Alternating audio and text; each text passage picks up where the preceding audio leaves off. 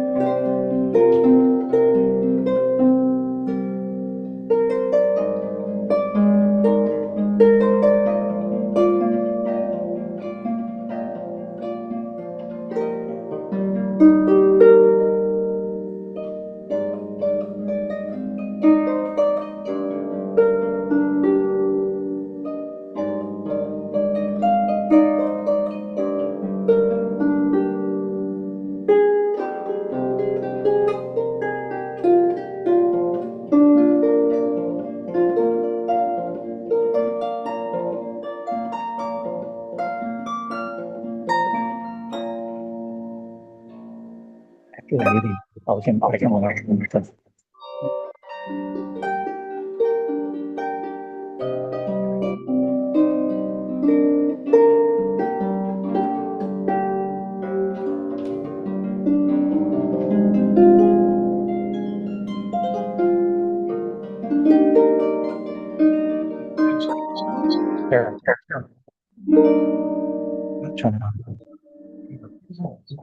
in yet. Thank you very much, Karen.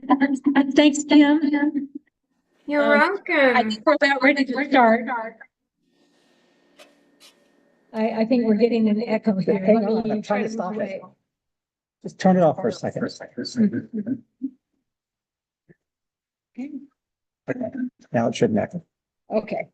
I think we corrected the technical difficulty.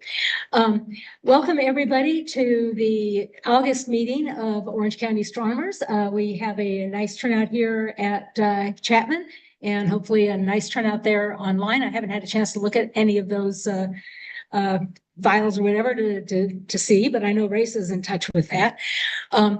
I did have a request from somebody before the meeting to ask whether anybody tried looking for the transit of where you could see the shadow of Titan on Saturn.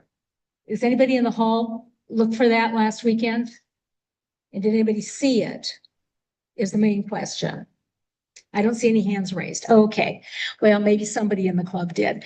The other thing is, before we get into the meeting in chief, we have a little special event thing that we're trying here at the Chapman Auditorium, which is having to do with getting some good books into people's hands that really want them. So let me turn this over to Doug temporarily. Make people online feel really bad about not being here in person. We're going to give away books tonight. Karen has complained that we've got way too many books in the library. So we're giving some away at each meeting. I have 2 bags of books here. The first one is all lunar books, including a $45 current value book about the moon that you may want to have. And what I'm going to do is ask you if you're interested in the first bag of books to raise your hand. And I'll have you choose a number between 1 and 40. And the person who gets closest to the number wins the bag of books. Well, let's say that one book is one you really, really wanted, but forgot to buy from the library. Give the winner $10 so you can forget it. Okay. The second bag of books, I think, is Galaxy books. We do this every month until we get to the library down to a size that we can manage. On the other hand, all those books up there are for sale. So if your favorite is sitting out on the table out there, talk to Karen. She'll make you a deal. Okay. So for fun right now, we have the lunar books. Let's see. The fancy one is this one. Somebody else is on the moon. George Leonard, $45 book. All you have to do is guess the right number. You ready? Anybody interested in winning that bag of books, raise your hand. Just 4 people, okay? The guy on the left over here, what's your number? 27? 19. 19? 21. 21? Between 1 and 40. It's not 1 and it's not 40. 33? Yeah, there's one over here. 37. 37. What was the number, Barb? 13. 13. 1, 3. I think so. 13's closest? Okay. Want to get the books?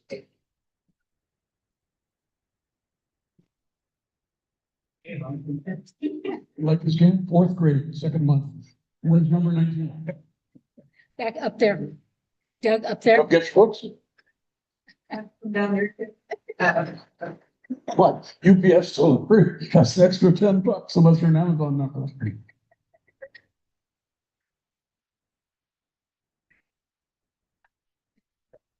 It's a big pile of books. Okay, thank you. Great. Second pile of books.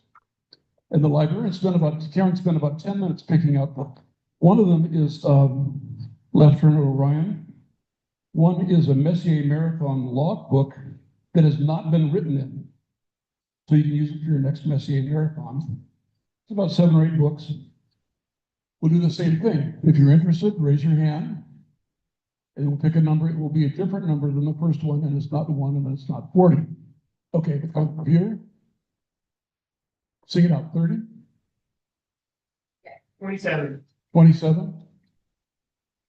8. Over here, Anybody else? Here. Oh, here. over here, 7. over And here. It's 28. did you look? No. Okay, 20 was his number. And what's the number, Barb? 27. 27. We had a 27. There was one Up there. 27. Ah. Come on down.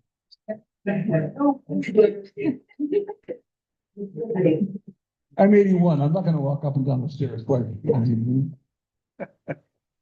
So you like this? Was this fun? Do it every month, and we get the library down to a size we can manage. You look disappointed, Suzanne. You don't need any more books. There was a question. Somebody said, well, can I bring a stack of books to give away? Yes. Yes, and the only thing about this is whatever stack this is in whatever box, if you win that box and that stick, you take all of them home. Don't leave them. Please don't leave them here. Okay? Okay. All done? All done? No more books to give away? Thank you. Back to you, Barb. Thanks very much. Thanks, Doug. And congratulations to our book winners. They look like they are looking through their winnings, which is great. And try them next month. And with that, I don't think there's any more excitement I can pull out of this. I think it's time to turn it over to our announcements. Kyle? All right, here we go.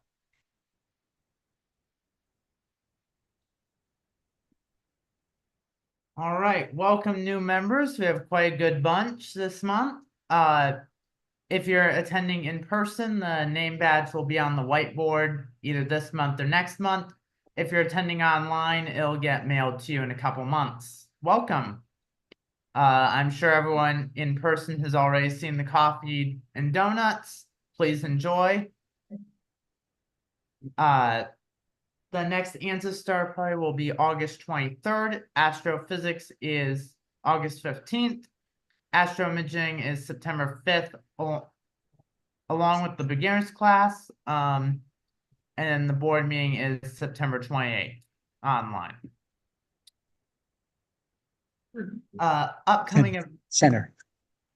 Upcoming event is the USC will be hosting the Mars Society Convention this year.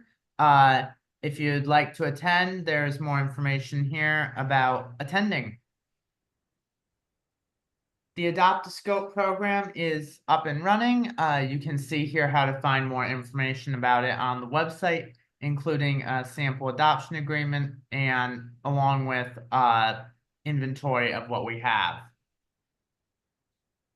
Our outreach events coordinator is Martin Christensen, and please reach out to him if you are interested in helping with any of these outreach events that are coming up. They're always a fun time, so we'd love to have volunteers for these if you are able to help. Kyle, I think that Martin would like to say something. Yeah, go ahead. Pretty successful outreach event on August 2nd. We had 5 people bringing telescopes and about maybe 150 people at the Mountain Valley Great Annual Campout got to look through them. He was saying that they had a very successful outreach on August 1st. Was that right? And August 2nd, and had 5 telescopes and a lot of very happy people looking through them. So if you can volunteer, it's a great service for everybody concerned. Thanks, Martin.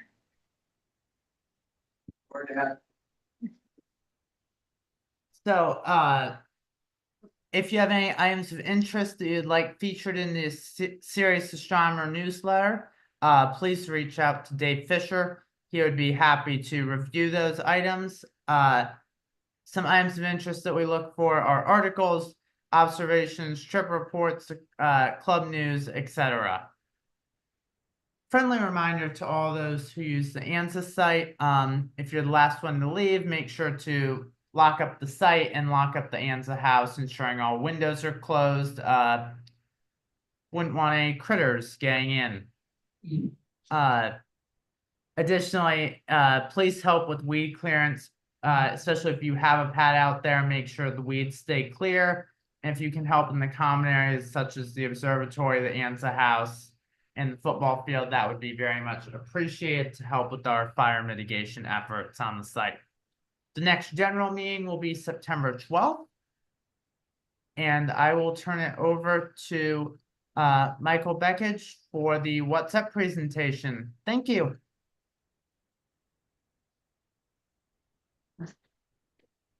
Give me a second to switch screens. Also, Alan, you might need to check the audio settings. Looks like Zoom is not capturing through the microphone. The audio was quite muffled.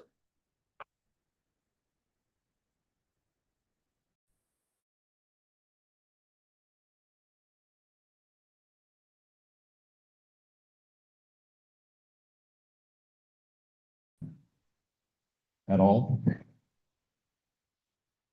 Check, check. 1, 2, 3. Zoom land. Are you there? Check, check. How's everybody doing tonight? We can talk. Hi, everybody. There we go. There we go. Hey, got the video. How about the audio? I'm working on it. Okay. Yeah, there's so much going on this month. I was just gonna say, I did the first one of these in June.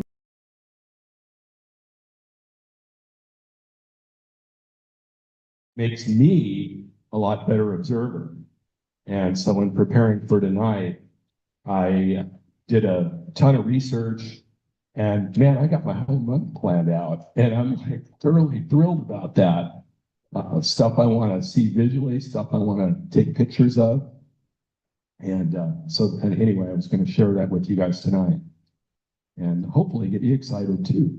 There's so much going on this month. Man, it's Planetsville, but you got to get up early.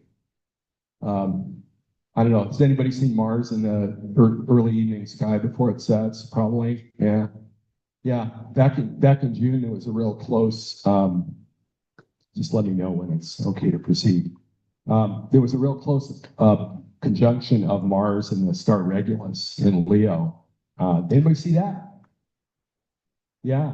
And one of the things I did was I took a picture with a 250 millimeter telephoto lens, but I unfocused it a little bit, and I could not believe how the color came out between Regulus and Mars, the blue and the red. So that's a little technique we use to kind of enhance the color.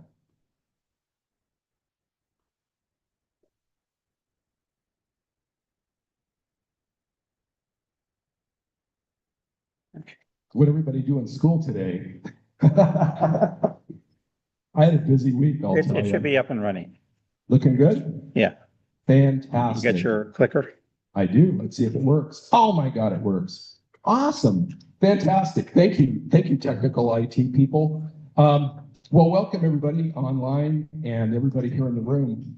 And nights are getting shorter or longer, sorry. We had 14 and a half hours of daylight at the summer solstice. We're down to a little over 13. Not so great, but it's getting better.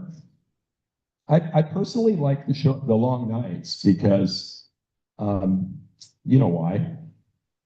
So let's talk about the moon phases here for a minute. So if we run outside right now and take a look to the east, actually toward the south, we would see the sturgeon moon, the green corn moon, or the grain moon as it's called. I used to fight, all the titles. We give the different full moons, but now I just run with it.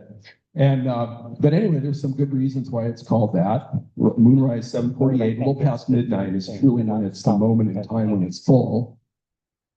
And we have third quarter, August 15th, new moon on the 22nd, and August 30th for the first quarter again.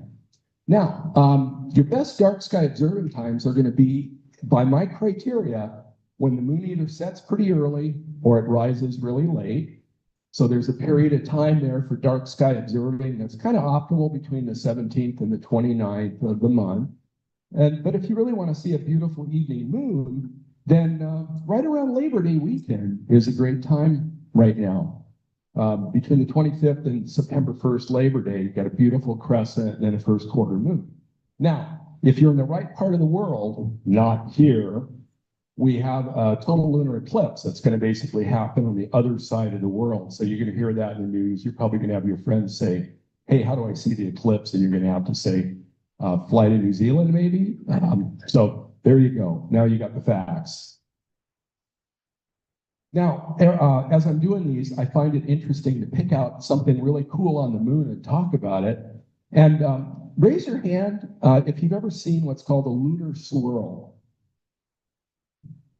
I'm not even sure how I became aware of this thing, but according to NASA, as solar radiation, the solar wind bombards the moon, which has little to no atmosphere, it of course weathers the surface of the moon. And a lunar swirl is a place where there's a magnetic anomaly on the moon that actually shields the surface from the solar wind. And this one here is called Reiner Gamma, and it's in the side of the moon that favors the third quarter section of the moon in Oceanus Procellarum. And I looked at this last night, and the scene was crummy and it was low in the sky. What's that?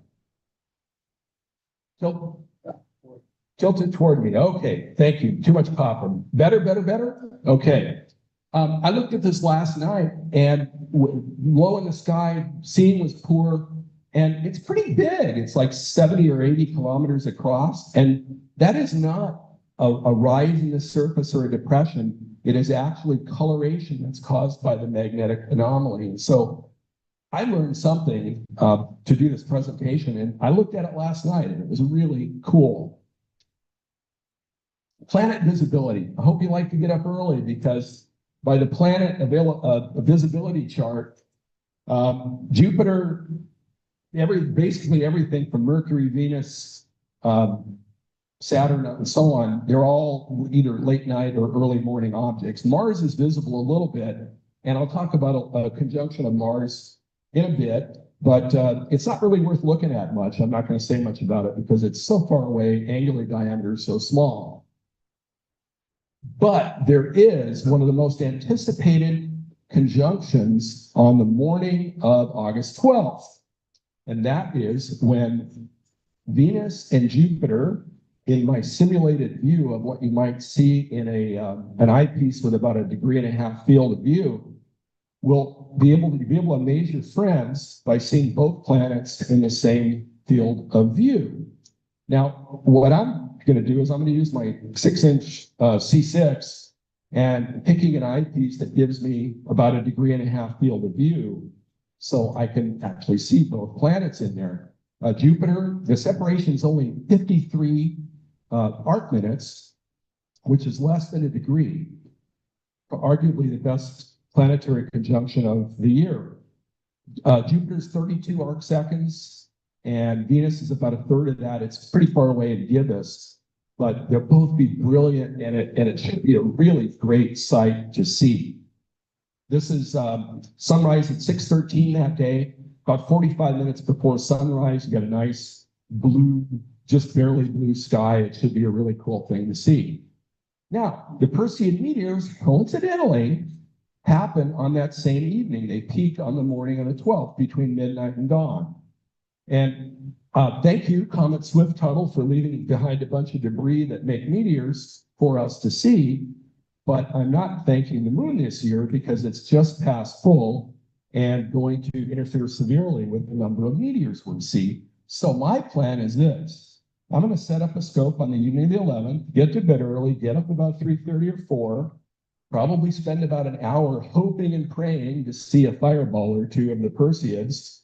And then come 5:30, I'll have a guaranteed good show of the conjunction of Jupiter and Venus. So that's my deal. And if the clouds don't stay away, I may consider heading somewhere east or where there aren't clouds. Planets in the morning sky on August 16th before sunup. Again, sorry, you got to get up early. You're going to hear, I'm sure you probably already have, of the planetary alignment or the planetary lineup. Well, it's a real thing. It's not like all the planets are in a line and they're going to cause earthquakes and destruction on Earth. But if you are out there in the early morning, you can work your way all the way from Mercury through Venus, Jupiter, Uranus, a beautiful moon on that day near the Pleiades, Neptune, and Saturn. And Neptune and Uranus conveniently placed next to some objects that will help you find them if you've never found them before. And talk about a beautiful part of the sky. I always tell people, they say, well, what's your favorite part of the sky? And that area from the Pleiades through Taurus and the Hyades and Orion, to me, that is the most beautiful part of the sky. Now I've got all these planets that are thrown in. So very cool. A close-up view there of the third quarter moon, along with the Pleiades and Uranus right there off, just barely off the ecliptic. Another epic thing to see. Very cool. Worth getting up for. So we are in prime time for Saturn shadow transits. I missed the one on the 2nd because the weather was simply not cooperating down by the beach that night. But there's a whole bunch of them, all the way with the last one being on October 5th. So if you want to see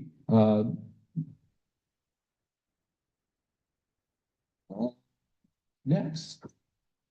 You have control. Yeah, no.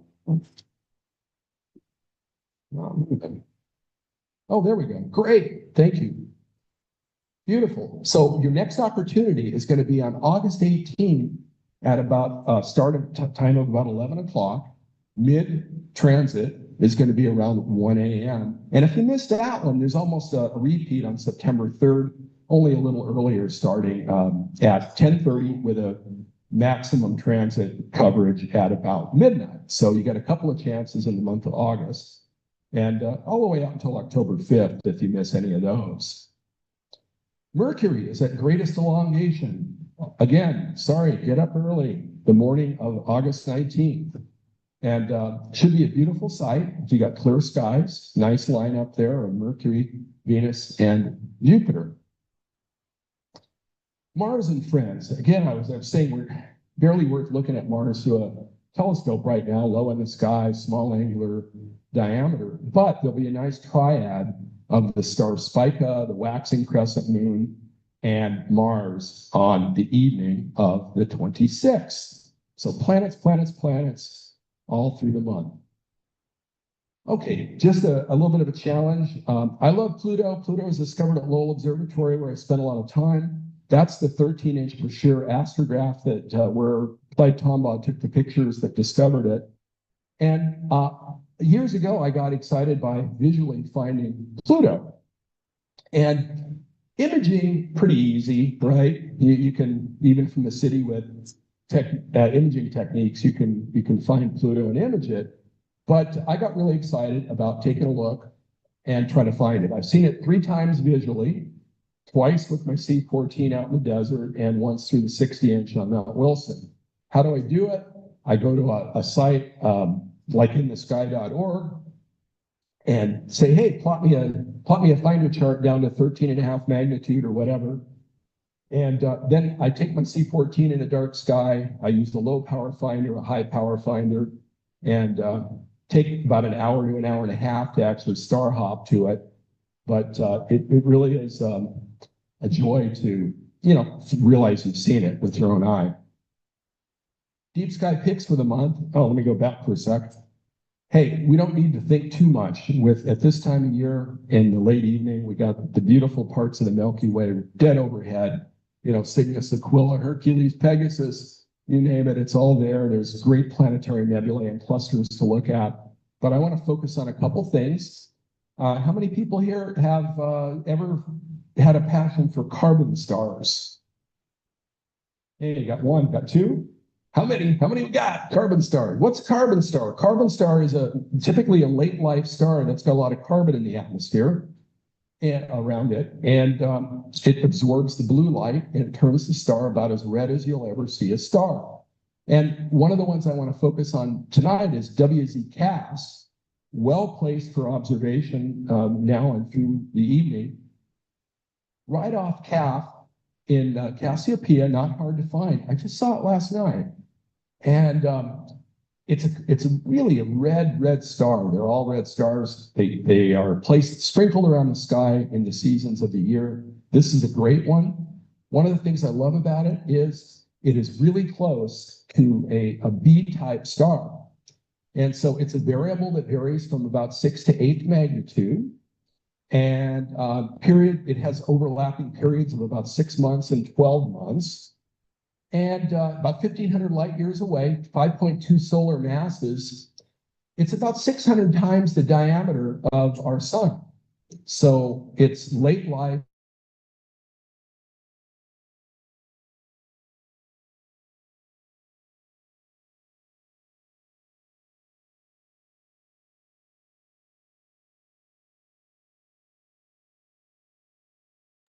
Looks like we lost the connection from Chapman. Let's hope they'll be back soon.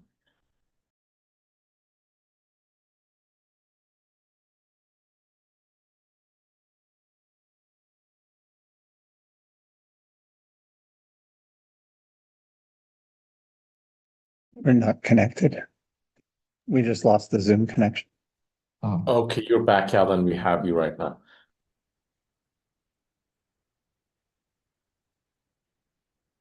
Can you advance me? Yeah, just a second. We can hear you, Michael. Great. Can you hear me? Yes. Great. Oh, there we go. All right, beautiful. So let's have a little perspective. Oops.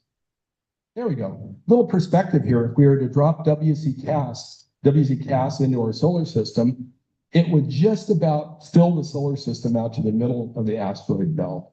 So think about that. 1,500 light years away, swollen red star. Very cool thing to see. A little bit of a galaxy spotlight, and I'm just about done here. Hopefully, almost right on time. We of course have the wonderful Andromeda Galaxy, coming up this time of year. I'm sure most of you have seen it. Everything from naked eye to binoculars to telescopes to a picture like this that I took from the desert. But let's throw out a little challenge here. Did a little research, and I found a Seyfert galaxy that I have yet to observe. It is NGC 7674. It's a Seyfert type 2. And what that really means is it's a high energy galaxy with an active galactic nucleus and a supermassive black hole at the center of that galaxy that explains a lot of what you see.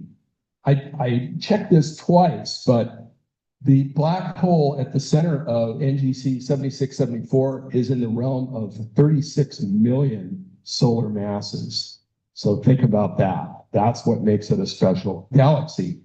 It's 350 million light years away. So if you can find this thing, realize you're seeing light from a really long time ago. It's about magnitude 13, which means you have to have a decent size aperture and a dark sky to see it, but it's in the realm of possibility. And it's about 60 by 70 arc seconds. So it's about double the size of the planet Jupiter, just for size perspective. So this is something I'm going to try to image the next time I'm out in the desert, and certainly try to find it visually under a dark sky. So dates to remember: August 11th, 12th, Perseids, kind of washed out by the moon. If it were me, I probably wouldn't take a special trip somewhere to see the Perseids this year. But on August 12th in the morning, you can also catch the best conjunction of the year, I think. Third quarter moon near the Pleiades and Uranus on the 16th, Saturn-Titan transit on the 18th, Mercury at greatest elongation on the 19th, nice triad of Mars waxing crescent and Spica. And finally, happy Labor Day. The moon is perfectly placed. If you got a family party and you set up a telescope, you'll have a wonderful opportunity to show them the craters, lava plains, and fault systems, and you name it, and maybe even a lunar swirl. So And if you miss all the Saturn transits in the month of August, September 3rd is going to be your next opportunities. With that, I'll say thank you for allowing me to share my passion for observing and helping make me a better observer by preparing for you.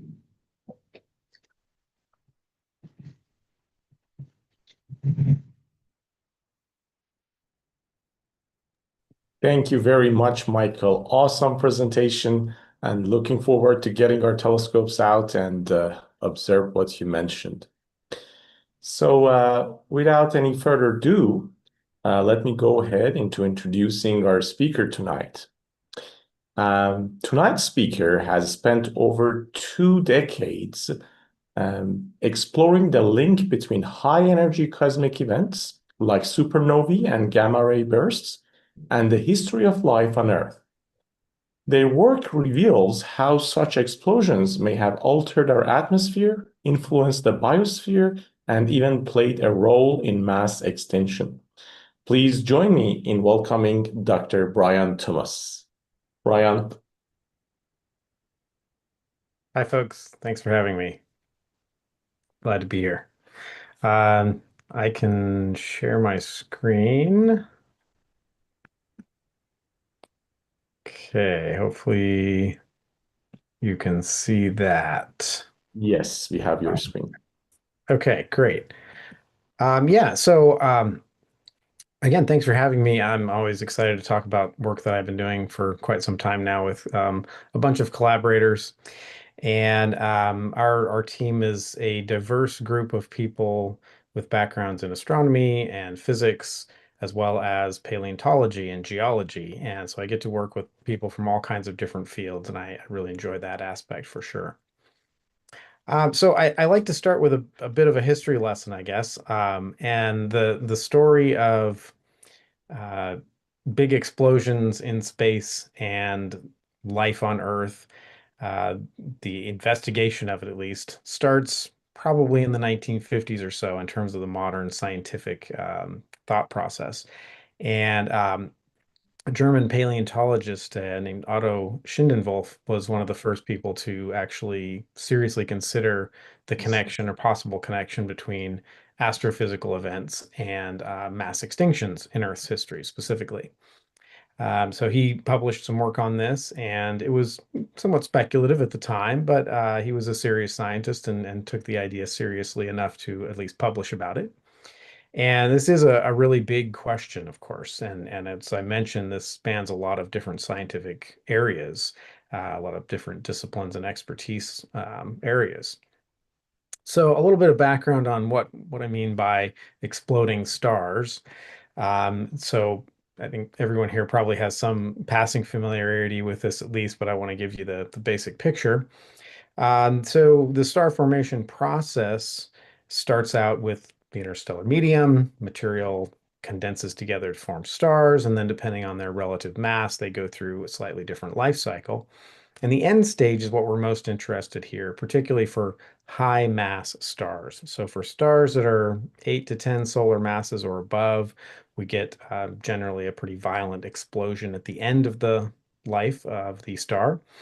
And that is often what we call a supernova. There's a couple of different varieties. Actually, there's several different varieties if you want to get into all the weeds of it.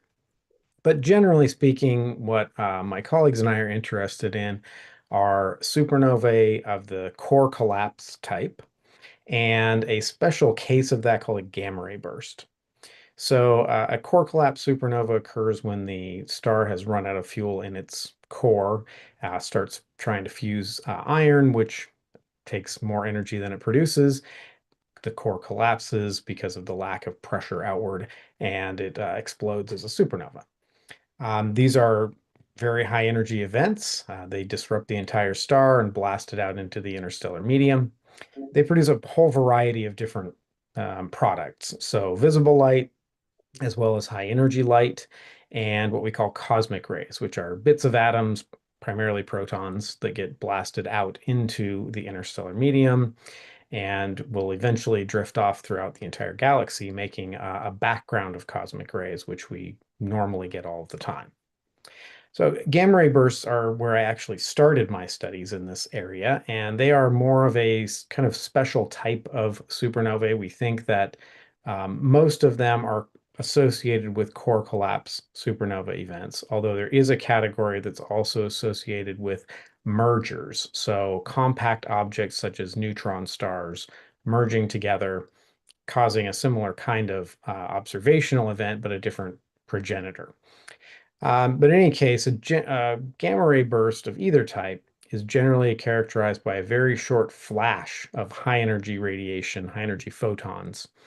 And that short duration ranges from fractions of a second up to tens of seconds or so. So the very short ones are what we consider to be these merger events, whereas the longer events, tens of seconds or so, are the associated with core collapse supernovae. The exact details of why we see one versus another has to do with the particulars of the star involved, but also our viewing angle. So for a gamma ray burst, we are viewing directly down kind of a beam, like a shotgun blast right down the barrel of the particular event, which has this rotational property that directs it into these beams. So a gamma ray burst is something that we do not see very often in our local area. Now we see maybe one a day or so with observations done by satellites, but that's throughout the entire observable universe. So they're fairly rare, but they are extremely energetic when one does occur. So I'll talk a little bit more about some of the details of these as we go along, but that's the big picture.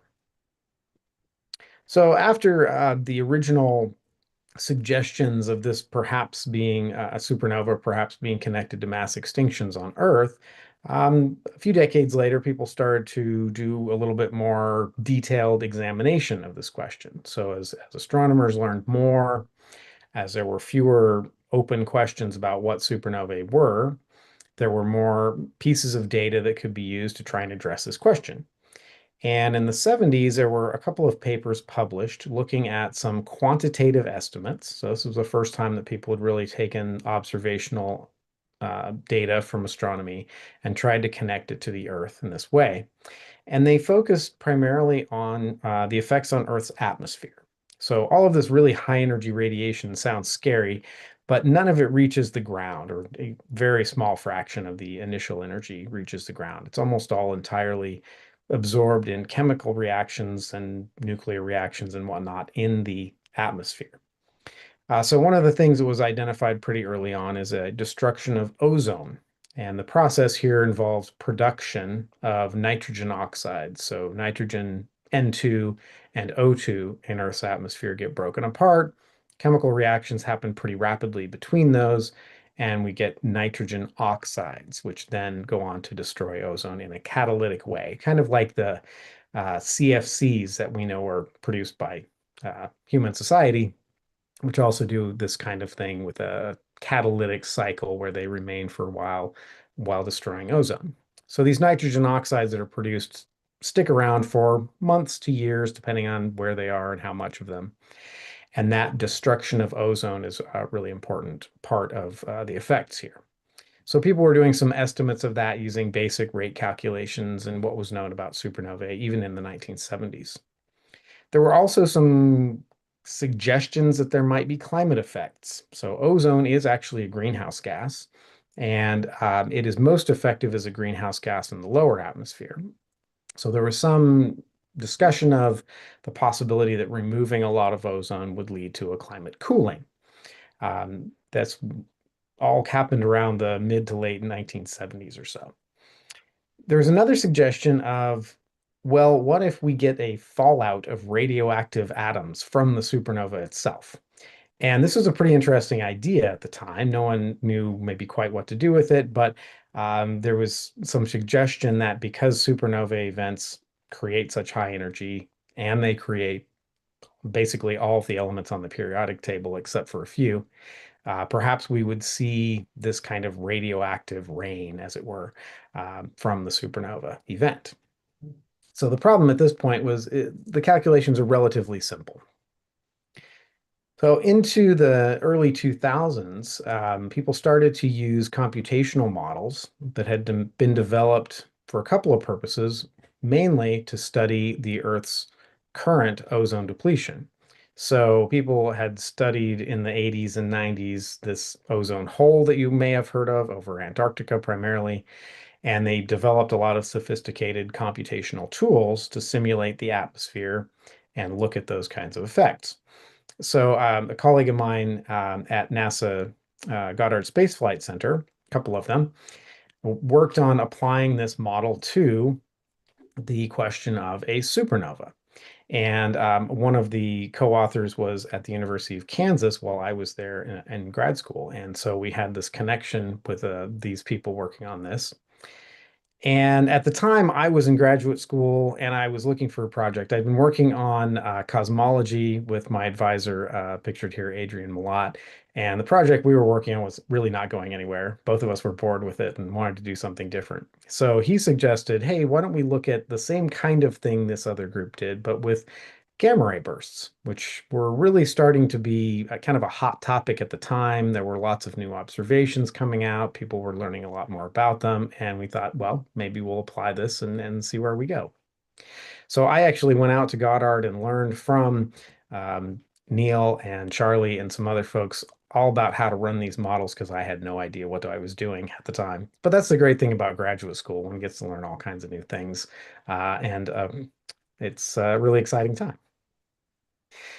So see, the idea of a gamma ray burst again is this beamed jet of energy, and there are these two different categories. So we've focused on the long version primarily, which is associated with that core collapse supernova. There are these short versions as well, and we've done some exploration of that. Overall, they can be treated more or less the same according to results of our work. So the exact progenitor doesn't matter so much for our results. The duration is somewhat important, but the overall energy is what's most important, as well as how hard the spectrum is. So when I say hard spectrum, that means more of the very high energy of the photons in this case. So the big picture looks something like this. And this was produced by Astronomy Magazine back in, I think, 05 or something. It's been a while. But they put together these nice graphics, and I like to use them. So the idea is that we destroy ozone in the Earth's atmosphere with the high energy radiation. And this basic picture goes for supernovae as well as gamma ray bursts. After that ozone is destroyed, then ultraviolet light from the sun can penetrate through. So what actually does a lot of the damage in our model on the Earth's surface is actually ultraviolet light from the sun. And one of the reasons that's significant is ultraviolet light gives people sunburns and skin cancer and whatnot, but it can also affect anything else that lives in the sun. All organisms have some response to UV, and some more than others. So this greatly increased ultraviolet light from the sun, we think, could have potentially significant impacts on life. So the original idea that we started with was, well, one of the most important organisms on Earth, or class of organisms, are primary producers. So that is plants, but especially little microscopic plants called phytoplankton that live in the ocean, as well as lakes, but primarily the ocean. So they produce a huge amount of oxygen for us. They are the base of the food chain in the ocean. And we thought, well, they're exposed to UV. They have to be because they need sunlight in order to survive. So perhaps this is a particularly bad event for those critters. And since they form the base of the food chain, perhaps that just scales up into a mass extinction. So I wanted to investigate this more, and I started by reaching out to people who study these things, who study ultraviolet light, ozone depletion, organisms, and all of these kinds of interconnections. And I was fortunate enough to catch the interest of Dr. Patrick Neal, who is at the Smithsonian Environmental Research Center. And his whole thing is irradiating phytoplankton with ultraviolet light to see what happens. So he and I wrote a grant to NASA and got it funded to actually build a specialized device and do particular trials based on our simulations. So we simulate how the Earth responds. We take that information, increase the UV in his little phytoplankton irradiating box here, and see what the effects are. And the interesting thing we found is that the effect was actually quite a lot smaller than expected for the species that we were studying. And we eventually concluded that some of these species that are sort of mid-latitude or more equatorial are already exposed to a lot of UV. So they're pretty well adapted, and turning it up even by quite a bit doesn't have a huge effect on their overall survivability or their productivity. So this is one, we looked at two species, one particular kind of large category with two main species in it. And it was an interesting effect for us because we said, well, maybe this is not so much of an impact on the food chain. What I found in subsequent work through looking at lots of other species in a less detailed but more broad way is that it varies a lot. So the impacts vary from almost nothing to catastrophic, depending on the particular species one is looking for.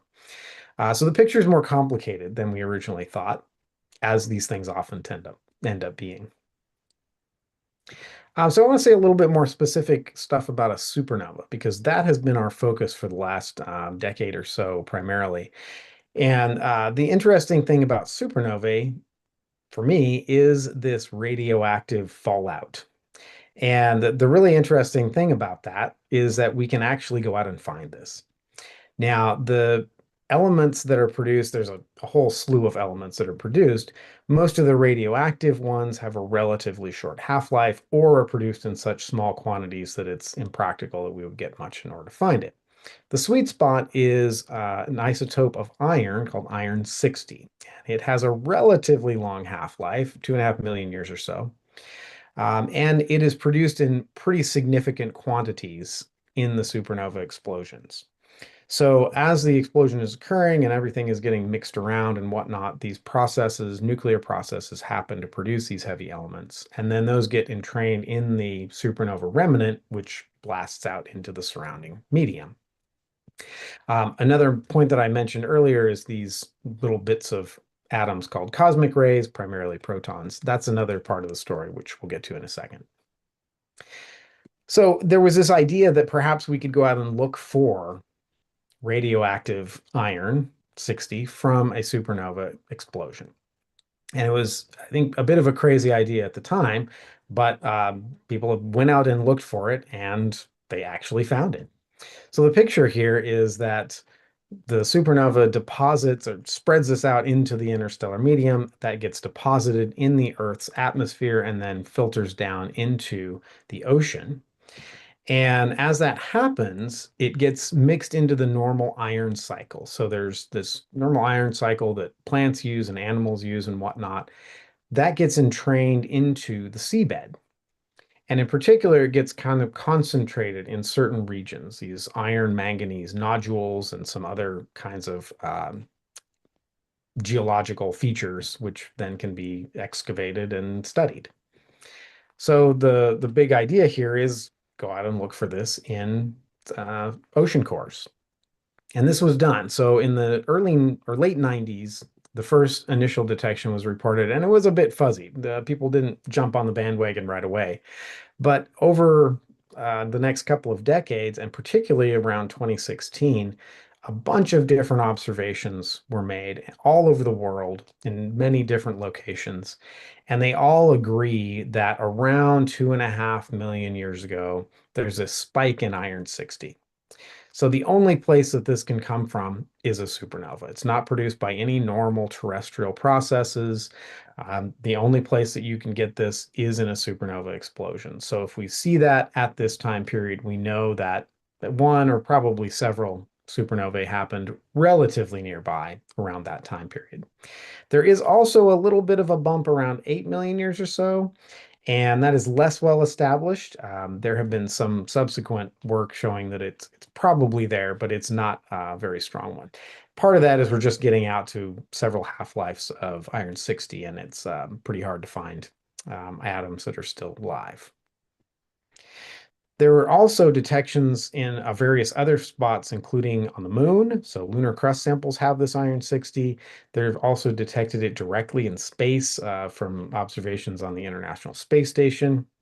And one of my personal favorites, concentrated in magnetotactic bacteria fossils. So in some of those ocean cores, they dug up fossils of these organisms, these bacteria that concentrate iron, and they make these little magnets, and it's kind of crazy, but so it does a really great job of concentrating this iron, makes it easy to detect. And they all agree on this same general picture as far as when this happened. Now, the big question is, how does one go from that to a supernova distance? Because as far as effects on the Earth go, the amount of energy we receive is key, and that critically depends on the distance. So can we go from detections of iron atoms to how far away the supernova is? The short answer is yes, but it's not easy. The process of going from detection to a distance requires understanding the production in the supernova. And so there's a lot of theory that goes into the nucleosynthesis of supernovae. And one of my colleagues, Brian Fields, and some of his students have built some of the most sophisticated models for that. And they and some other folks as well use those models together with the observations from the geophysical evidence in order to extrapolate to a distance. So we think that within about 150 to 300 light years or so, there were at least one and probably several supernova events around 2.5 million years ago, and possibly around 8 as well. And so this was pretty exciting stuff. We put together another proposal, and NASA funded us to do a lot more detailed study of this particular kind of event. We again studied ozone depletion. But we also looked at some more interesting things that hadn't really been studied before, and in particular around the cosmic rays effect. So the visible and ultraviolet and gamma rays and X-rays that we get from these have important effects, but it turns out that for supernovae, the cosmic rays are really the more interesting part of the picture. One of the reasons for that is that when cosmic rays enter our atmosphere, they interact with atoms and molecules, and they produce what's known as a shower of secondary particles.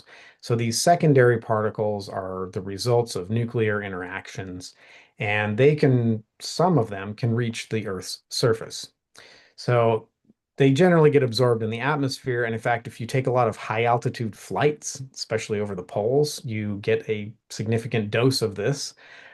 So watch the space weather websites when you are planning to fly to Iceland or something.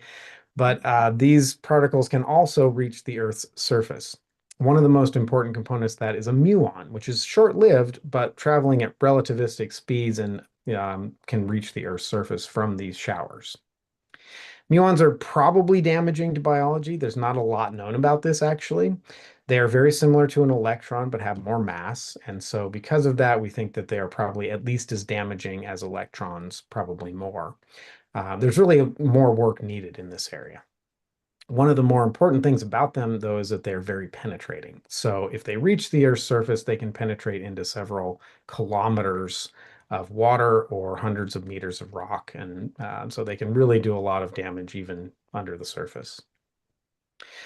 So for these cosmic rays that enter the atmosphere, again, they produce this kind of shower, and it looks something like this. This is a artist interpretation.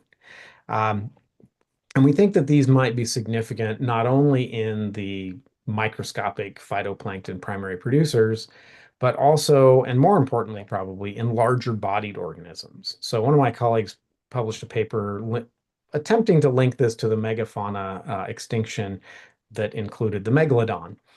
And there's probably, it's a little sketchy in terms of whether that connection actually exists, but it's an interesting idea, especially since larger organisms are probably more susceptible to this muon radiation simply because of that penetration power. Another interesting idea that we came up with is that perhaps there's a connection between this increased radiation and increased lightning and fires. So the connection there is that lightning is probably connected to ionization in the atmosphere, which is caused by cosmic rays in a normal everyday basis. So our idea is that we turn up this cosmic radiation, we increase the ionization in the lower atmosphere, and that potentially could cause more lightning and therefore more wildfires. We looked at whether this might actually be connected with something from the geological or fossil record that we could connect the dots here. And there's some suggestive data. So there are some pieces of evidence out there that indicate that there was a spike in wildfire activity around the same time as these supernovae. Certainly no direct one-to-one connection here that we can certainly say is true, but some suggestive kind of correlations that are interesting. Beyond that, we've kind of thrown out the idea that perhaps this is even connected to early human evolution. So early human ancestors were roaming around in Africa around 2.5 million years ago or so. And this was a time of transition in both the climate and also the behavior of these organisms at the time. So perhaps there's some connection between supernova, increased ionization, wildfires, and early human ancestors transitioning from more of a tree-based life to a more grassland-based life. There's a lot of gaps in here and speculation. We think it's an interesting idea, but certainly not one that's set in stone. So in a broad picture, we know with pretty good confidence that somewhere around 150 to 300 light years, around 2.5 million years ago or so, and maybe 8 million years ago, there were definitely supernovae explosions that had an impact on the Earth. The level of impact is still uncertain, but we know that there would be an increase in cosmic ray flux. We also know that that would cause both ozone changes and an increase in ionization in the atmosphere, which can have several effects, in particular, probably lightning and maybe fires. One of the things that we know, again, from ozone depletion is that increases the ozone or increases the UV light from the sun, which can have impacts on a whole range of organisms. Essentially, anything that lives in the sun is somewhat susceptible to UV, and increasing that would have some impact on the biosphere. That increase in cosmic rays produce an increase in the muon radiation, which we know can have effect on organisms as well, probably larger bodied as opposed to smaller. And again, that possible connection between the lightning and fires rate. Now, one of the questions that I often get is, how likely is this to happen? And the good or bad news, depending on how excited you are about this happening, is that it's not very likely in any reasonable time frame from a human perspective. Now, from a geologic perspective, it's very likely to have happened several times over the last few billion years. And even from a history of life on Earth perspective, we think it's pretty likely that a supernova or gamma ray burst or several happened within the last 500 million years ago or so. And that's really where we're talking about complex life existing on Earth.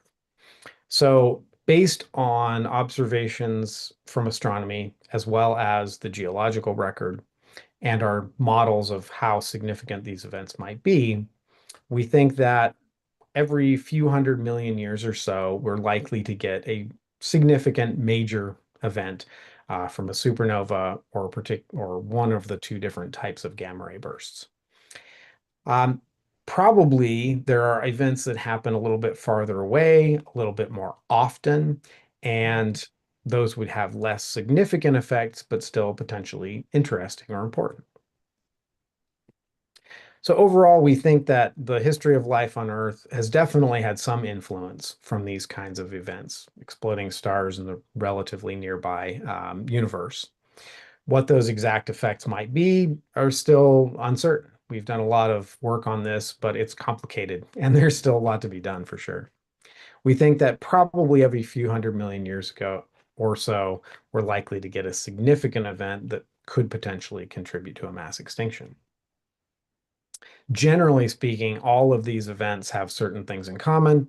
They deplete ozone and increase UV from the sun at the surface. For supernovae, we have an increase in cosmic rays, and that can cause direct damage from the secondary particles like muons, as well as damage to the ozone and the same sort of UV effects. The question of climate I mentioned early on is an interesting one, and it turns out that the original idea that removing ozone means the globe gets colder is probably wrong for these cases. So if one were to just remove ozone from Earth's atmosphere, the climate would definitely cool, all other things equal. We know that. But it turns out that for supernovae and gamma ray bursts, these kinds of events, that's not exactly what happens. It actually turns out that ozone that is destroyed in the upper atmosphere, the stratosphere and above, actually has a compensating effect and produces ozone in the lower atmosphere around the tropopause and into the troposphere. And the interesting thing about climate and ozone is that the more ozone there is around the sort of lower atmosphere, the more of a heating effect it has. And so if we reduce the overall level, but increase the amount at the lower part of the atmosphere, we actually find a warming effect. So a couple of students and I have worked on this a little bit with climate models, and we're still investigating all of the details, but it seems that we might actually see a warming from this effect rather than a cooling in this particular kind of case, not for ozone in general, but for the kinds of events that we've been studying. So we think that, again, in general, we are looking at events where there would be some impact on biodiversity, whether it's at a sort of a minor level or a major mass extinction, depends on a lot of factors, including how far away the event is, what type of event it is, how much energy it produces, the hardness of the spectrum, lots of different details. But we think that there's very likely been at least one or two in the history of life that have had a significant effect. Well, one of the other things that I like to emphasize, and I mentioned it earlier, is that I've gotten to work with a lot of people in different fields in this area. And in academia, especially, we tend to work in very specialized areas and become an expert in a very narrow particular question. And that's useful, but it also is less fun, I think, and also potentially less useful in a general sense. We actually have a lot of interesting questions that humans ask that are very broad and require lots of different perspectives and many different expertise areas. And so I've been really fortunate, I think, to be able to work across boundaries. And I think it requires a bit of humility because I've stepped into areas where I know almost nothing, and I've had to ask lots of questions and be willing to be wrong a lot, and accept that and hear from other people that I need to change my thinking. So I think that willingness to work with other people in different areas and to reach out, even if one might look a little stupid now and then, is really an important thing for scientists as well as just everyone.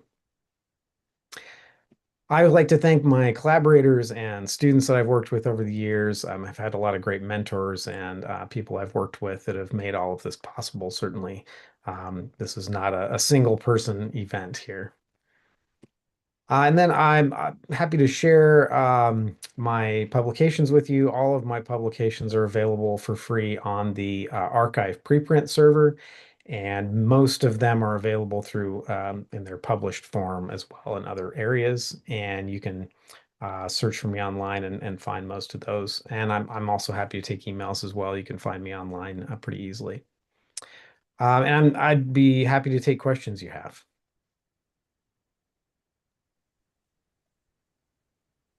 Thank you very much, Brian. What an interesting topic and what an interesting talk. Thank you very much. So now let me tell everybody that the floor is open for questions. And people online can write their questions in the Q&A section, and we will take turns on the people in the ground.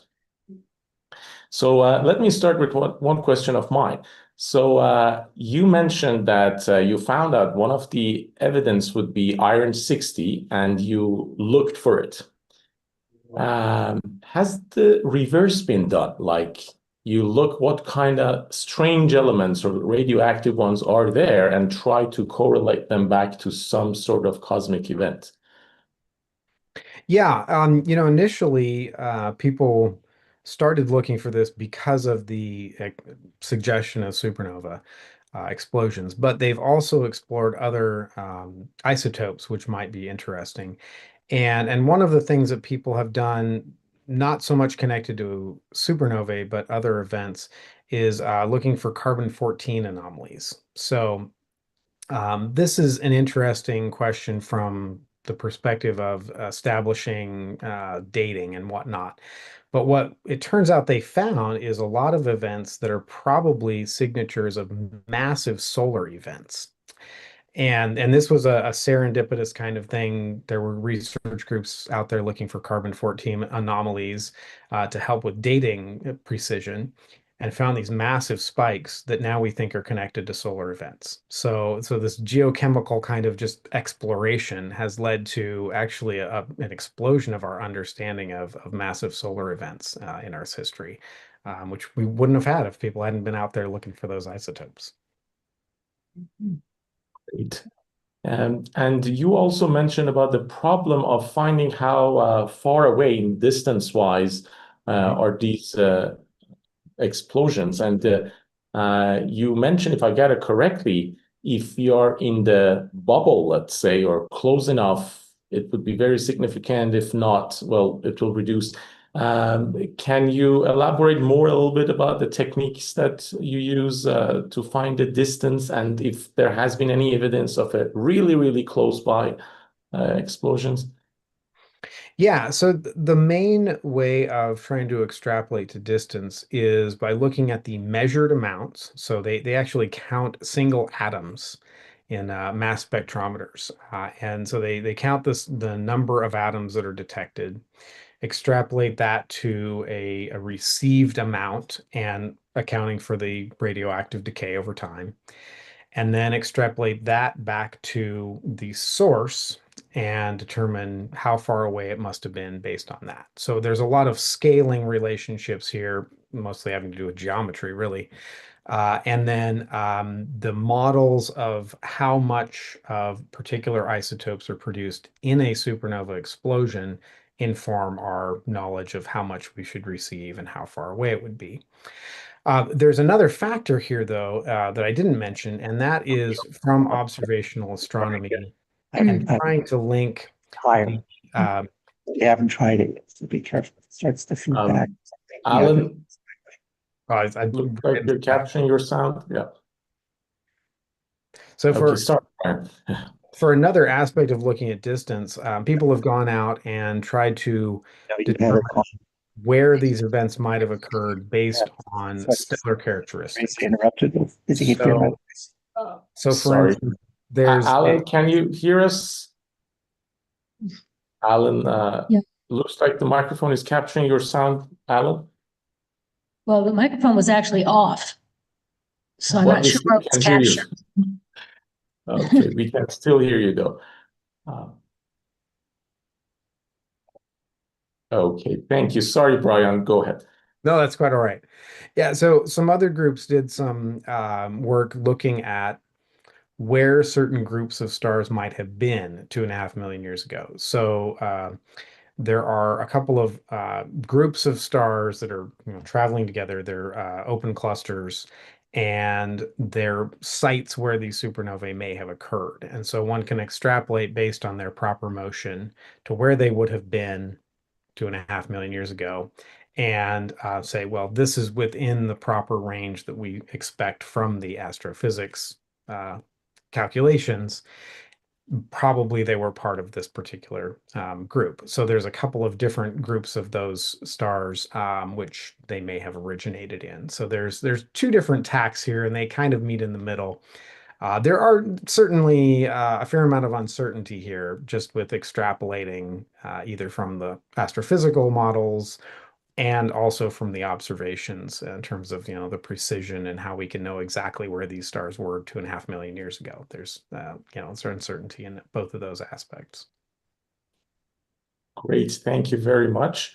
Are we ready to take questions in person, Barbara, Alan? Hold on, let me ask. Any questions here? Yes, Martin?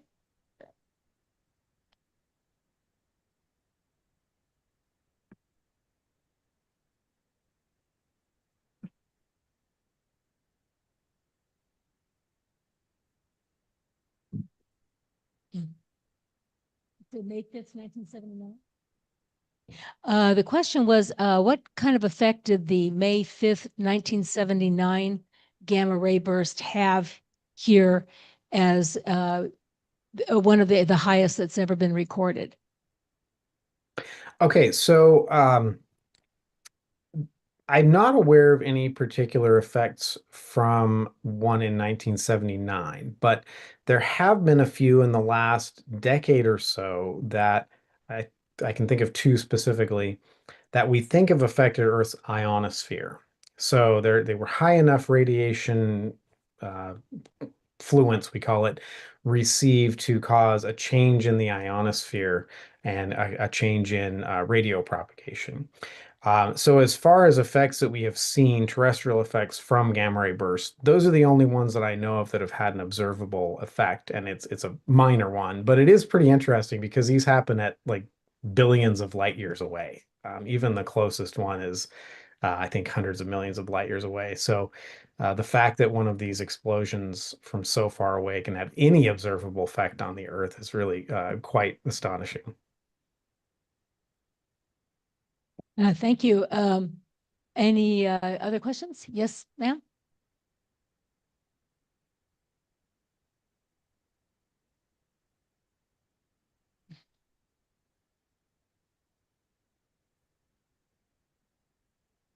The question is, she's interested in knowing about the phytoplankton species that you used for your irradiation experiments. She said she understood that you mentioned they were tropical species. So the ones that we were looking at were more mid-latitude. And one of the reasons we chose that is that we found from our modeling that the mid-latitudes around 30 degrees or so, 30 to 40 degrees, is the most significantly affected in terms of UV increase. So that it's kind of the sweet spot between the sun being relatively high in the sky and ozone being destroyed. Ozone depletion is stronger around the poles in all of our models. And that kind of mid-latitude range is where the most impact is. So we chose species that are very abundant, really globally, but especially in those areas. And they were Synococcus and Prochlorococcus. And I am not a photobiologist, so I can't tell you a lot more about the species. But I do know those were the particular species that we were studying, that really my colleague Pat Neal was studying in the lab. I hope that helps. I'm not sure if it does. Thank you. Any other questions? Yes.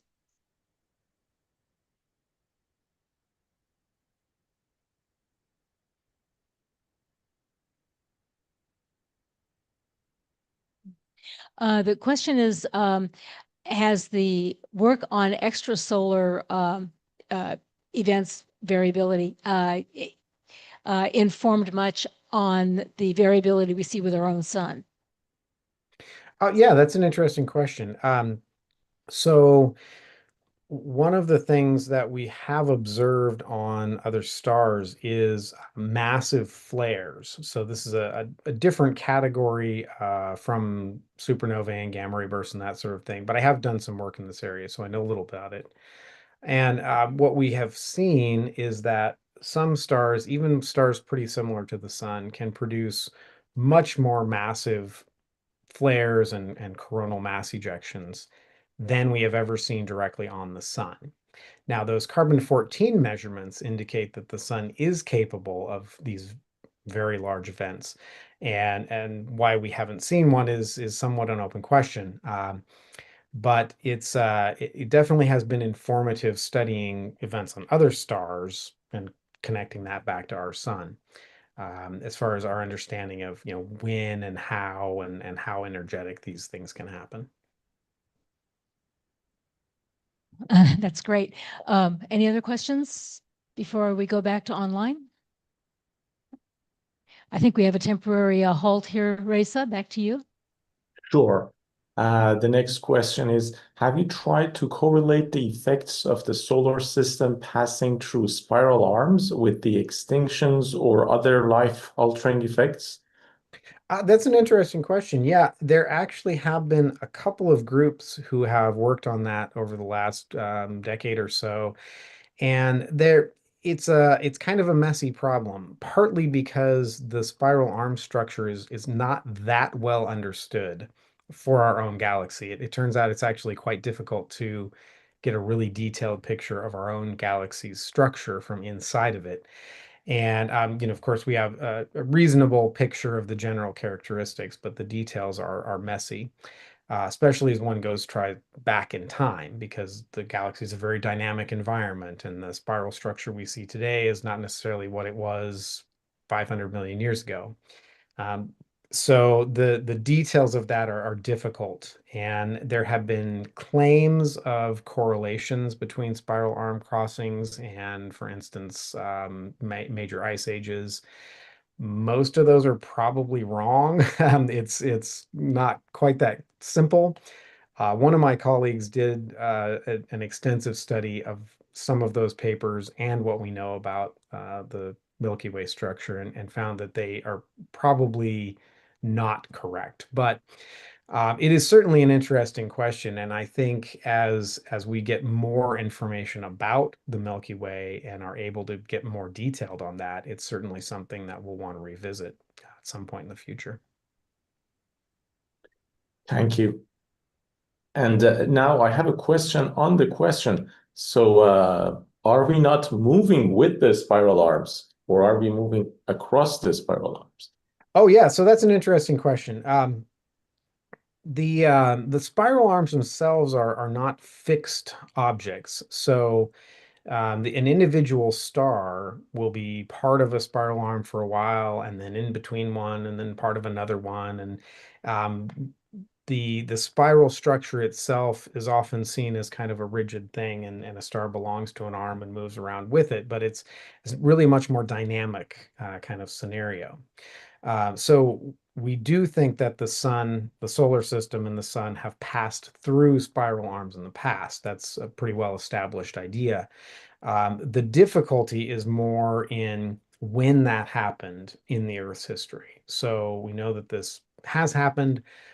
Did it happen exactly 500 million years ago, or was it 520 million years ago? From an astrophysical point of view, that's kind of like, whatever, what's 20 million years? But from a geological and paleontological point of view, that's a significant difference. So we do know that we've passed through spiral arms based on galactic dynamics, but the exact timing is what's really a difficult piece of that. Okay, thank you. And the next question is it possible that we can study or observe how gamma ray bursts affect other planets too? Yeah, right. That's an excellent question. So there have been some groups that have applied our work, which has primarily focused on the Earth, to the question of exoplanet habitability. So there's certainly a lot of interest right now in terms of planets around other stars and where we might find habitable planets and how long they might remain habitable. And supernova and gamma ray bursts have been suggested as sterilizing events. So a planet has a certain period of time, gets wiped out by a gamma ray burst, and that's it.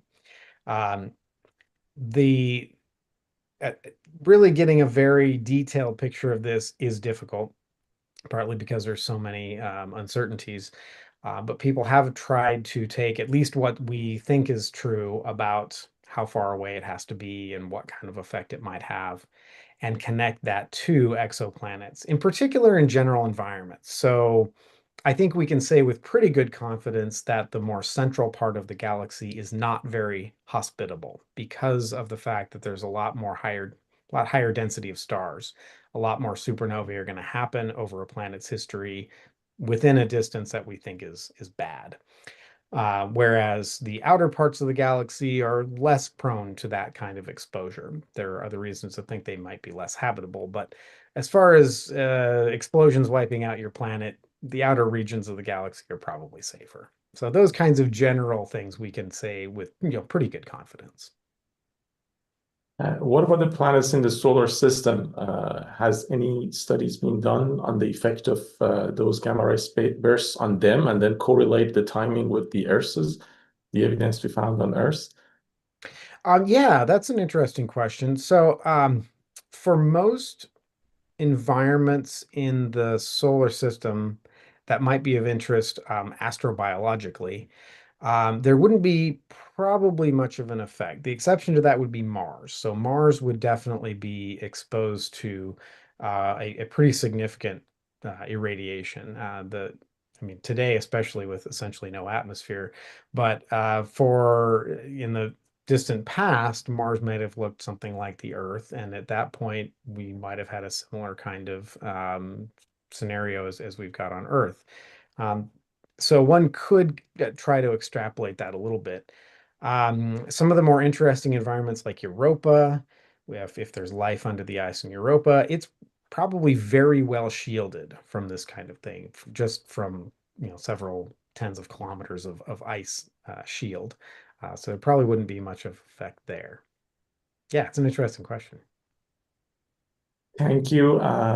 Let's go see in person, Barbara.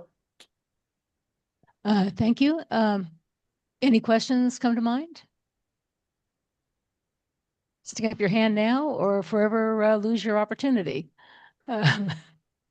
It looks like everybody is looking bright and interested, but nobody is asking a question. Thank you very much. No worries. We do have more questions online. So the other thing you mentioned was about the muons. You said they're very penetrable, and on the other hand, they get absorbed very much by the atmosphere. Can you explain more? So do they easily reach the surface of the Earth and then continue through 10 kilometers, 100 meters of rock, as you mentioned? Or is it that there are things in the atmosphere that capture them pretty quickly?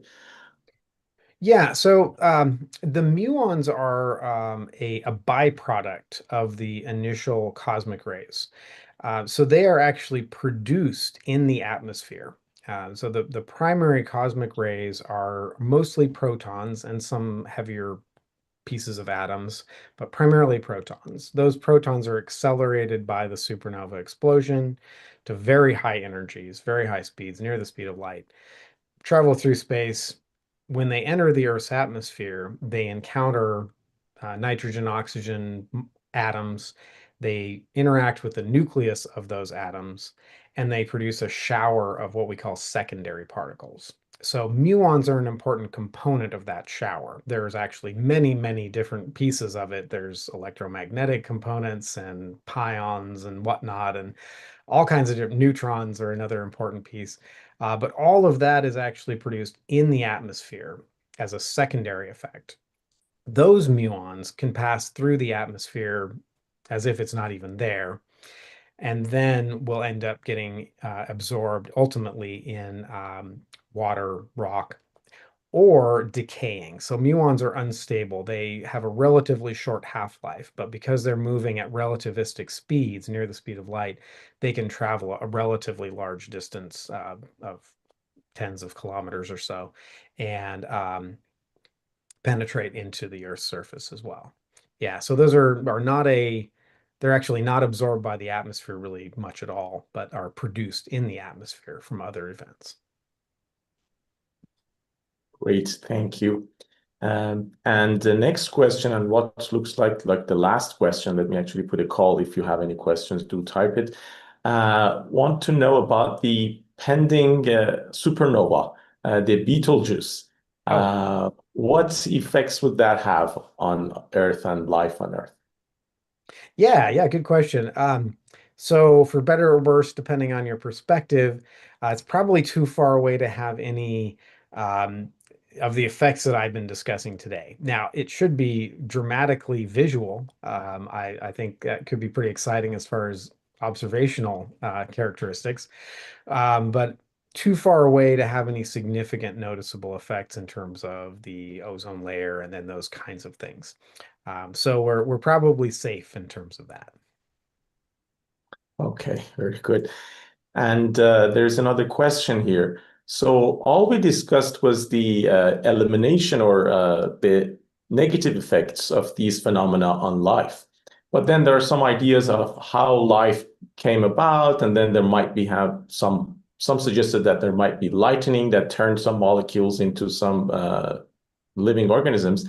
The questioner wants to know, is it any possibility that these rays could have had the opposite effect, created life here or somewhere else? Yeah, that's an interesting question. We do think that ultraviolet light in particular may have had some role in creating the right chemistry in order for life to arise. I'd say probably supernovae, gamma ray bursts are not likely to have played a significant role in that, mainly because they're just very rare. And they're just, not quite the right sort of event to really pin a life event on. Now, what I do think is really interesting, kind of related to that, is a potential for influencing mutation rates. So if you get an event that's close enough to have some influence, but not so close that it just wipes everything out, there could be a background increase in just the mutation rate, because we are talking about mutagenic radiation here, UV, as well as the muons and other secondaries. So that kind of pressure on mutation rate could have some interesting effects from an evolutionary point of view.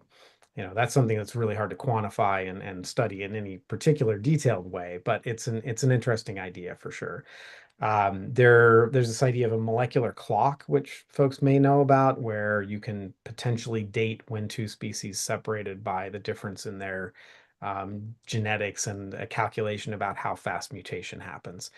And so these kinds of events might have a significant impact on that. It might actually kind of throw off our understanding of some of those evolutionary relationships because of changes in that rate, which are otherwise unaccounted for. So yeah, there's some interesting stuff there for sure. Great, thank you. Now the next question is, when we talk about distances, so we say, well, how many light years? So we have an idea of how much light took to get to us. What about these particles? For example, can you tell us how long would it take for iron 60 to travel here from a nearby supernova? Mm-hmm. Yeah, that's an interesting question. So we're talking about particles that are moving at really high speeds, not the speed of light, but pretty good clip. So we're talking here about hundreds of years, maybe thousands, something like that. So relatively short in terms of the cosmic scheme, but not immediate. They do follow the light by some factor. That depends on how fast they're moving, essentially. Yeah. Okay, thank you. Last call for in-person questions, Barbara. Last call? Anything been triggered? Okay. No, I think everybody here has had their questions answered, and thank you very much. Okay, great. That was it all for the online side as well. Let me thank you again, Brian, for a wonderful talk. It was great. Good luck on all the future research that you're doing. Thanks. And I guess we're ready to adjourn. Let me also thank everybody who attended and asked questions. I hope to see you all next month at our next general meeting. Good night, everybody, and bye-bye. Good night. Thanks for having me.